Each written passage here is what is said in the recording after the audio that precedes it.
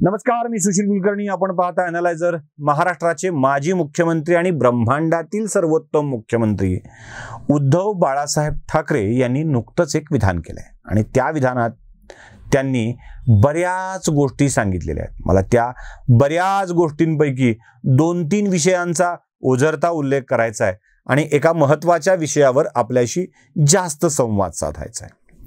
उद्धव ठाकरे खरं तर त्या दिवशी बोलता बोलता मला काहीच बोलायचं नाही, मला काहीच कमेंट करायची नाही, मला राजकारणावर बोलायचं नाही असं सतत सांगत होते, पण बोलत मात्र राजकारणावरच होते. पहिल्यांदा त्यांना कसं कमेंट करायची नव्हती, राजकारणावर बोलायचं नाही ते बघूया. मी आता कोणावरती काही कॉमेंट करावी म्हणून काही व्यंगचित्र दाखवत नाहीये. आज मला काही मोठं राजकीय बोलायचं नाहीये, नाहीतर महागाई आहे, वाढती बेकारी आहे, काही ठिकाणी आता सुद्धा अतिवृष्टी झालेली आहे. पण सरकार विशेषतः महाराष्ट्रातलं आहे कुठे? काहीही न करता स्वतःचे सत्कार करून घेतले जात आहेत आणि तिकडे अतिवृष्टीने जो शेतकरी बेहाल झालेला आहे तिथे जायला मंत्री कुठे आहेत? ऐकलं? आता हे सगळं झाल्यावरती आता आपल्याला असा प्रश्न पडतो की उद्धव ठाकरे खरंच व्यंगचित्र, साप्ताहिक, मार्मिक या विषयावर बोलतील, पण उद्धव ठाकरेंचा जो काही तोल सरकत गेलेला आहे तो शेवटी राजकारणाच्या अंगानं आणि भारतीय जनता पक्षाला शिव्या घालण्याच्या हेतूनेच गेलेला आहे. भारतीय जनता पक्षापेक्षा सुद्धा नरेंद्र मोदी, अमित शहा यांच्यावरच त्यांचा सगळा घसरलेला प्रकार आपल्याला दिसतो. पहिल्यांदा ते आपण सगळ्यांनी ऐकलेलं आहे, हर घर तिरंगावर त्याने ते एक व्यंगचित्र दाखवलं आणि घर कुठं आहे असा प्रश्न विचारला. पहिल्यांदा ते तिरंगा या विषयात काय म्हणाले ते बघूया. सरकारने, मायबाप सरकारने कार्यक्रम दिलेला आहे, हर घर तिरंगा, घर घर तिरंगा. ठीक आहे, आता त्याच्यावरती सुद्धा एक व्यंगचित्र कोणी काढलं माहित नाही, पण मला चांगलं वाटलं की मार्मिक केवळ या साप्ताहिकाचं नाव नाही तर व्यंगचित्र सुद्धा मार्मिक असायला पाहिजे, त्याच्यात मार्मिक टिप्पणी असायला पाहिजे. आणि जे म्हणतात की अनेक शब्द जे काम करू शकत नाही ते एक व्यंगचित्र करू शकतं, तर हे एक व्यंगचित्र मी मुद्दामून दाखवतोय. त्याच्यात एक सरकारी बाबूच्या समोर एक गरीब माणूस आणि त्याचा पोरगा आहे आणि त्याचा कर्मचारी सांगतोय की सर, याला घरावर तिरंगा लावायचा आहे आणि तिरंगा त्याच्याकडे आहे, तो घर मागतोय. म्हणजे घराचा नाही पत्ता, 75 वर्ष झालेली आहेत, घर घर तिरंगा लावा. ज्यांच्याकडे घरच नाही ते तिरंगा लावणार कुठे? एवढ्यावरच उद्धव ठाकरे असं थांबलेले नाही आहेत. त्यानंतर त्यांनी अगदी दहीहंडीच्या स्वरूपातल्या माखन या विषयावर देखील भाष्य व्यक्त केलंय. माखनवर देखील जीएसटी आहे असं काही माहिती म्हणाले, ते ऐका. आता 19 तारखेला दहीहंडी आहे, कालाष्टमी. त्याच्यामध्ये म्हटलंय 2 जण कोण ते तुम्हाला कळतील, व्यंगचित्र दाखवलेले. ते म्हणतायत, प्रभू माखन बाद में खाइएगा, पहिले 5% जीएसटी दीजिए. इथपर्यंत ठीक आहे. आता पुढे त्यांनी संघराज्य आणि महाराष्ट्र या विषयावर देखील भाष्य केलेलं आहे आणि मला यावरच बोलायचं आहे. त्यांच्या 2 प्रश्नांची उत्तरं अगदी एका वाक्यात मी देणार आहे. ते म्हणजे, उद्धव साहेब, प्रत्येकाच्या घरावर तिरंगा लावावा, अगदी भाड्याचं असेल तरीही, माफ करावं, किरायाचं असेल तरीही. ते भाड्याचं शब्द बरं नाही वाटत तसं, अगदी किरायाचं असेल तरीही, झोपडी असेल तरीही त्यावर तिरंगा लावावा. बरं, मराठी माणसांना घरं न मिळण्यात आपल्या पक्षाचा सहभाग किती आहे त्याचा देखील विचार करण्याची आवश्यकता आहेच आहे. म्हणजे आपल्या पक्षातील माणसांचा सहभाग किती आहे त्याचा देखील विचार करण्याची गरज आहे. आणि दुसरी मोठी गोष्ट अशी आहे ठाकरे साहेब, की माखन, लोणी जर सुटं असेल तर त्यावर जीएसटी लागत नाही, पण ते पॅक्ड असेल, प्रोसेस्ड असेल तर त्यावर मात्र जीएसटी लागतो.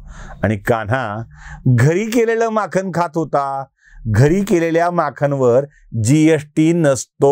उद्धव ठाकरे साहेब, जीएसटी नसतो. शेतात पिकलेल्या किंवा बाजारातून सुट्या आणलेल्या गव्हाच्या पीठ केल्यावर त्याच्यावर जीएसटी लागत नाही, पण जर तुम्ही पीठ पॅक्ड आणलं तर त्यावर जीएसटी लागतो.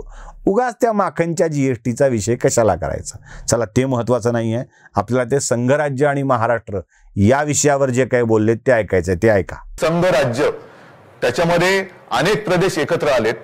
जसं बंगाल आलेला आहे, पंजाब आलेला आहे, गुजरात आलेला आहे, कर्नाटक आलेला आहे, केरळ आलेला आहे, उत्तर प्रदेश आलेला आहे, बिहार आलेला आहे, तसा महाराष्ट्र आलेला आहे, काश्मीर सुद्धा आहेच.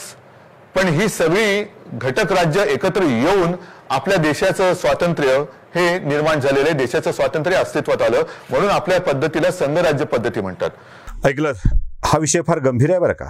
म्हणजे मला या विषयाकडे अत्यंत गंभीरपणे, अत्यंत गांभीर्यानं आपलं लक्ष वेधायचं आहे. एकूणच संघराज्य व्यवस्थेला महाराष्ट्र नाव घेऊन धक्का लावण्याचा उद्धव ठाकरेंचा प्रयत्न आहे का? जसा पंजाबमध्ये खलिस्तान्यांचा जोर वाढला, तसा इथे महाराष्ट्रात उद्धव ठाकरे पुरस्कृत मराठी माणसांचा जोर वाढवून काही वेगळं करण्याचा विचार शिवसेनेच्या मनात आहे का? कारण उद्धव ठाकरेंच्या भाषणातून असंच काहीतरी ध्वनित होत आहे. आसाममध्ये बोडोंचं आंदोलन गाजलं होतं, तसं काही मराठी नावाचं, महाराष्ट्र नावाचं आंदोलन गाजवायचं आहे का? बरं, उद्धव ठाकरेंचं एक विधान याच्यामध्ये असं आहे की महाराष्ट्र, बंगाल, पंजाब अशा राज्यांना एकत्र येऊन भारत संघराज्य बनलाय. माझा आक्षेप इथं आहे. उद्धव ठाकरेंची गडबड होती आहे इतिहास समजून घेण्यात, संघराज्य व्यवस्था समजून घेण्यात गडबड होती आहे. जे महाराष्ट्र, मराठी अस्मिता हा जो प्रकार तुम्ही सांगताय ना, तो प्रकार हा भाषावार प्रांतरचनेचा आहे. मुळात महाराष्ट्र नावाचं असं कोणतं राज्य अस्तित्वात होतं आणि ते भारतीय संघराज्यामध्ये विलीन झालं आहे असं अजिबात नाही. मुळात मराठवाड्याचे 8 जिल्हे जे निजाम राजवटीमध्ये होते ते भारतात सामील झालेत, महाराष्ट्रात नव्हे. ते भारतात सामील झाले आहेत, महाराष्ट्रात नव्हे. आता जे 8 जिल्हे म्हणतोय ते 8 नव्हते पूर्वी. त्यातला जालना, लातूर, हिंगोली हे 3 जिल्हे तर अस्तित्वात नव्हतेच. म्हणजे पूर्वीचे 5 जिल्हे होते. उस्मानाबाद, बीड, औरंगाबाद, नांदेड, परभणी हे 5 जिल्हे अस्तित्वात होते जे भारतात विलीन झाले हैदराबाद संस्थानच्या सोबत. म्हणजे मराठवाड्याचा आताचा 8 जिल्ह्याचा परिसर हा महाराष्ट्रात सामील झालेला नव्हे आहे. तो महाराष्ट्राचा भाग नव्हता, तो भारताचा भाग झाला. नागपूरचा जो परिसर आहे तिकडचे काही जिल्हे ते मध्य भारताचा भाग होते, मध्य भारताचा. आणि त्या मध्य भारताच्या भागातून त्यांना भारतात ते गेले आणि तिथल्या मराठी भाषिकांची संख्या असल्यामुळं मराठवाडा, विदर्भ, पश्चिम महाराष्ट्र, उत्तर महाराष्ट्र या वेगवेगळ्या भागांना एकत्र करून त्याचा महाराष्ट्र बनला आहे. हे कधी झालंय? भारतीय संघराज्याची स्थापना झाली आहे, स्वतंत्र भारत अस्तित्वात आलाय आणि त्यानंतर भाषावार प्रांतरचना झाली आहे आणि वेगवेगळ्या भारतात समाविष्ट झालेल्या भागांना महाराष्ट्र म्हणून मान्यता देण्यात आलेली आहे. बंगालचंही असंच आहे, पंजाबचंही असंच आहे, काश्मीरचंही असंच आहे. सोयीची भाषा म्हणून सोय केली आणि त्यानुसार ती प्रांतरचना झालेली आहे. उगाच महाराष्ट्र महाराष्ट्र महाराष्ट्र असं म्हणत पश्चिम महाराष्ट्राची अस्मिता संपूर्ण महाराष्ट्राची समजण्यामध्ये काहीही अर्थ नाही. वेगवेगळ्या संस्थानांचं हे विलिनीकरण आहे आणि मग महाराष्ट्र बनला आहे भाषेची सोय म्हणून. त्यामुळं उगाच एकसंघ महाराष्ट्र आम्ही बनलेले आहोत, आम्ही संघराज्यात सहभागी झालोत आणि ज्या वेळेला ही भाषावार प्रांतरचना होत होती ना ठाकरे साहेब, तेव्हा ना तुमचा पक्ष अस्तित्वात होता, ना तुम्ही अस्तित्वात होतात, ना ही मराठी नावाची अस्मिता बाळासाहेबांनी अस्तित्वात आणलेली होती.